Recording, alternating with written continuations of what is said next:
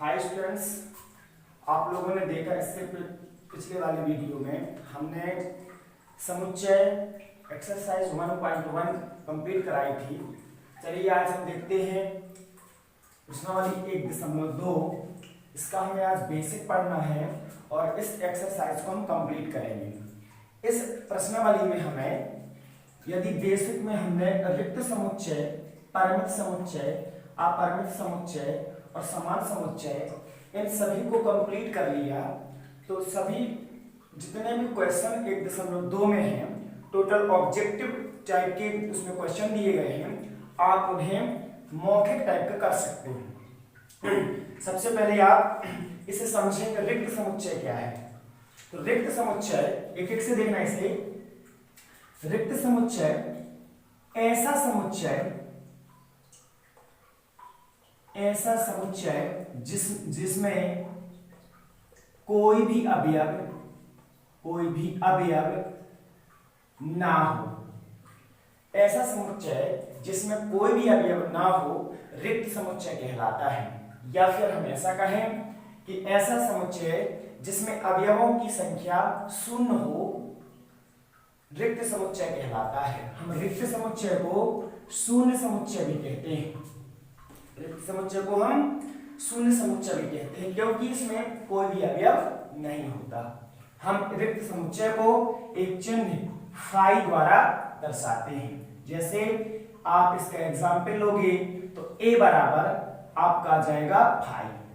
जहां पर भी आपको ऐसा लगे तो जहां पर कोई अवयव ना हो आपका वहां पे रिक्त समुच्चय होता है। जैसे एक एग्जाम्पल के तौर पर समझेंगे आप और पिछले वीडियो के रोस्टर रूप और समुच्चय निर्माण रूप को समझेंगे तो समझना। जैसे यदि हम एग्जाम्पल लें कि ए बराबर, कोई भी एग्जाम्पल ले लेना, 2 से विभाजित सभी सम संख्याएं। यस, 2 से विभाजित सभी सम संख्याएं। तो 2 से विभाजित सभी सम संख्याएं ऐसा हो नहीं सकता, है ना। 2 से कटने वाली, अब आपको ये विषम संख्या लिखेंगे। 2 से विभाजित सभी विषम संख्याएं। तो विषम संख्याएं 2 से विभाजित आपकी होंगी नहीं। यहाँ पे क्या आ जाएगा, यहाँ पे आपका बचेगा फाई, क्योंकि इसके अवयव शून्य है तो आपका शून्य अवयव तो यह रिक्त समुच्चय कहलाता है जहां पर अवयव हो ही ना। चलिए अब देखेंगे आप परिमित समुच्चय क्या है। परिमित समुच्चय ऐसा समुच्चय जिनमें अवयवों का होना निश्चित हो। जैसे हम यहां लिखेंगे ऐसा समुच्चय जिनमें अवयवों का होना निश्चित हो परिमित समुच्चय कहलाता है। समझना कैसे? जैसे आपने एग्जाम्पल लिया ए बराबर ए ई आई ओ यू, आप इसमें देखेंगे इसमें अवयवों का होना निश्चित है। 5 अवयव हैं, वो आपके निश्चित दिए गए हैं। जैसे यदि हम आपको, ये रोस्टर रूप है, हम आपको दूसरा एग्जाम्पल दें। यदि हम आपसे कहें कि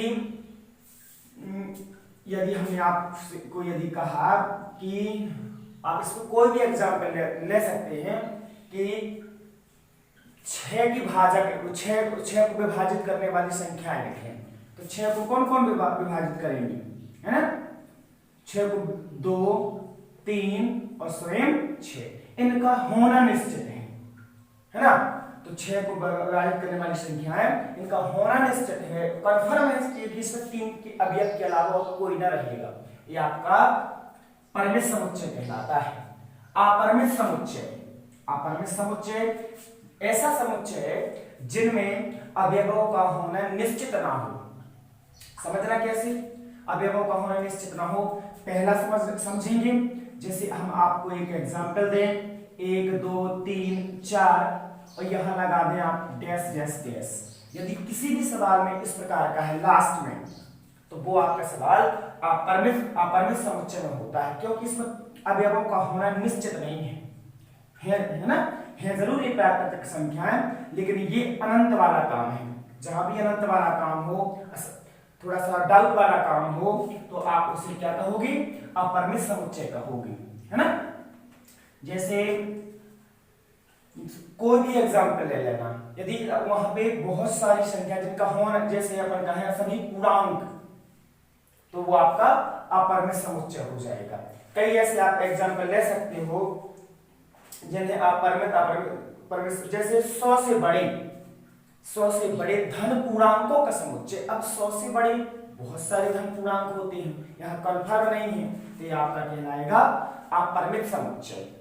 अब आ जाएंगे समान समुच्चय। समान समुच्चय क्या है? यदि दो समुच्चय, जैसे हमने लिखा ए और बी, यदि आपके दो समुच्चय, इनका प्रत्येक अवयव समान है, वो आपका समान समुच्चय कहलाता है। या फिर हम दूसरी भाषा में कहें कि यदि ए का प्रत्येक अवयव बी में है या फिर बी का प्रत्येक अवयव ए में है, ये आपका समान समुच्चय कहलाता है। अवयव आगे पीछे हो सकते हैं, जैसे 1 2 3, और यहाँ हमने लिखा 2 a 3, तो है तो अवयव वही ना, ए के अवयव बी में या बी के अवयव ए में, तो ये आपका समान समुच्चय कहलाता है। 1.2 प्रश्नावली को करने की कोशिश करेंगे, समझना और देखेंगे इसे आप। ऑब्जेक्टिवली प्रश्नावली है, ऐसे मौखिक करनी है। आपकी स्क्रीन पर ये कुछ क्वेश्चन दिए गए हैं, ये आपके पहले क्वेश्चन के हैं। इस क्वेश्चन पढ़ेंगे और इनके जवाब देना है। निम्नलिखित में से कौन से रिक्त समुच्चय के उदाहरण हैं? रिक्त समुच्चय याद करेंगे जिसमें कोई भी अवयव ना हो। देखेंगे नंबर 1, 2 से भाज्य विषम प्राकृतिक संख्याओं का समुच्चय। 2 से भाज्य विषम संख्याएं, 2 से कटे, ऐसा हो नहीं सकता, है ना। ये आपका क्या होगा? ये आपका रिक्त समुच्चय कहलाएगा, है ना। दूसरा देखेंगे सम अभाज्य संख्याओं का समुच्चय। सम अभाज्य संख्याओं का समुच्चय, सम हो और अभाज्य संख्याओं का समुच्चय, सम संख्या हो और अभाज्य, तो ये आपका रिक्त नहीं होगा, इसमें समुच्चय अवयव बन रहा। सम अभाज्य संख्या कौन होती है? जो सम हो और अभाज्य भी हो, वो आपकी 2 होती है। सम होती है और अभाज्य संख्या भी होती है, जिसमें अवयव है। अवयव जहां पे नहीं होते वहां रिक्त समुच्चय होता है। तीसरा देखेंगे, तीसरे में लिखा है x such that x एक प्राकृतिक संख्या है और x का मान 5 से बड़ा है और साथ ही x का मान 7 से बड़ा है। तो फिर x का मान क्या है? ये आप कंफर्म नहीं कर पाएंगे यहाँ पे। अभी आप फिट नहीं जा रहे, इन दोनों समीकरणों का पालन करते हुए अभी हम निकालना है। यहाँ निकलेगा 1 2 3 4, यहाँ निकलेगा आपका इससे बड़े, तो हम बता दें इन दोनों में कुछ कॉमन नहीं मिल रहा, तो ये आपका कौन सा समुच्चय कहलाएगा? यदि इनके अवयव मिलते जुलते, ये हमें अवयव निश्चित अवयव ही नहीं दे रहे, तो ये आपका रिक्त समुच्चय होगा। अगला देखेंगे किन्हीं भी दो समांतर रेखाओं का उभयनिष्ठ बिंदु, दिमाग लगाएंगे। उभयनिष्ठ बिंदु का मतलब होता है जब दो रेखाएं एक दूसरे को काट लें, लेकिन ये तो समांतर नहीं है। अब समांतर रेखाओं का उभयनिष्ठ बिंदु हम आप लोगों से बता दें, ये कभी हो ही नहीं सकता, इनको उभयनिष्ठ बिंदु मिलेगा ही नहीं। जब मिलेगा ही नहीं, यहाँ पे कौन सा समुच्चय जो बेसिक पढ़ा उन्हीं के आधार पे हमें इसे करने हैं। निम्नलिखित समुच्चयों में से कौन परिमित है और कौन अपरिमित? परिमित ध्यान करना, जिसमें अवयवों का होना कन्फर्म होता है, निश्चित होता है, काउंट कर सकते हैं लगभग। अपरिमित नॉन काउंट वाले अवयव होते हैं, जो डाउट वाले अवयव होते हैं वो अपरिमित में आते हैं। इनके आंसर आप लोग थोड़ा सा स्पीड में देंगे, क्योंकि जो वीडियो होता है वो हमें 20 से 25 मिनट के अंदर खत्म करना होता है। आप इन्हें जल्दी काउंट करेंगे। आपकी स्क्रीन पर एक क्वेश्चन देखेंगे और बताएंगे इन्हें, वर्ष के महीनों का समुच्चय परिमित या अपरिमित? तो ये हम आप लोगों से बता दें, वर्ष के महीनों का समुच्चय क्या होगा? ये परिमित होगा, है ना। क्यों परिमित होगा? क्योंकि इन्हें हम काउंट कर सकते हैं, टोटल 12 महीने होते हैं। दूसरा देखना 1 2 3 डैश डैश डैश, है ना, ये लगा है। इसका मतलब होता है आगे भी संख्याएं हैं, हमने कहा था जब संख्याओं के लास्ट में इस प्रकार की बिंदियां लगी हो तो वो आपका काय में जाएगा अपरिमित में। यहां अवयवों को काउंट कर नॉन काउंट वाले अवयव हैं। आगे देखें 1 2 3 बीच में बिंदियां और 99 100, हमने क्या कहा था लास्ट में होना चाहिए। यदि बीच में है ये कन्फर्म है, हमें 1 से 100 तक की ये संख्या दी गई है, इनका होना निश्चित है, ये आपका क्या होगा परिमित होगा। आप चौथे नंबर देखेंगे, चौथे नंबर 100 से बड़े धन पूर्णांकों का समुच्चय, पूर्णांक और 100 से बड़े होने चाहिए। तो ये आप कहां तक लिखेंगे, है ना, इनमें अवयवों का होना निश्चित नहीं है, ये आपका अपरिमित होगा। 99 से छोटे अभाज्य पूर्णांकों का समुच्चय, 99 से छोटे होने चाहिए, अभाज्य होने चाहिए और पूर्णांक होने चाहिए, ये हम लिख सकते हैं। अभाज्य लिख सकते हैं कि को अभाज्य संख्या लिख सकते हैं, जैसे 7 5, ये आपके अभाज्य संख्याएं हैं और पूर्णांक होते हैं, है ना। देखेंगे निम्नलिखित समुच्चयों में से प्रत्येक के लिए बताइए कौन परिमित है और अपरिमित। फिर से वही क्वेश्चन देखते जाएंगे, उन्हें समझेंगे और इसके बाद उन्हें परिमित और अपरिमित बताएंगे। एक्स अक्ष के समांतर रेखाओं का समुच्चय, एक्स अक्ष के समांतर, मान लीजिए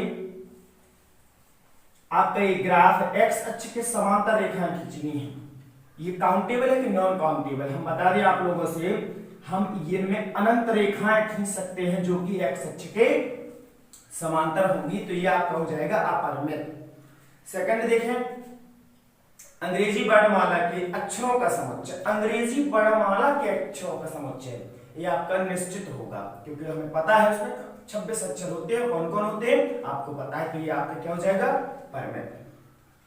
उन संख्याओं का समुच्चय जो 5 के गुणज होंगे, निश्चित नहीं है, देखो ये देखो 5 के गुणज 5 10 15 20 25 इस प्रकार करते जाना कहां तक, लास्ट तक, तो ये आप काउंट तक नहीं कर पाएंगे, है ना, तो ये आपका हो जाएगा अपरिमित। पृथ्वी पर रहने वाले जानवरों का समुच्चय, नहीं पृथ्वी पर रहने वाले जानवरों का समुच्चय, तो इसे ये थोड़ा सा डाउट वाला क्वेश्चन है, फिर भी यदि हम, क्योंकि टाइम तो लगना है इसमें काउंट करने में, फिर भी आपका परिमित होगा। क्यों परिमित होगा, क्योंकि पृथ्वी पर रहने वाले जानवरों को हम काउंट कर सकते हैं, है ना, टोटल जानवरों को एक प्रकार से काउंट कर सकते हैं, ये अनंत वाला काम नहीं कि हम गिन ही ना पाए, है ना, ये आपका परिमित होगा।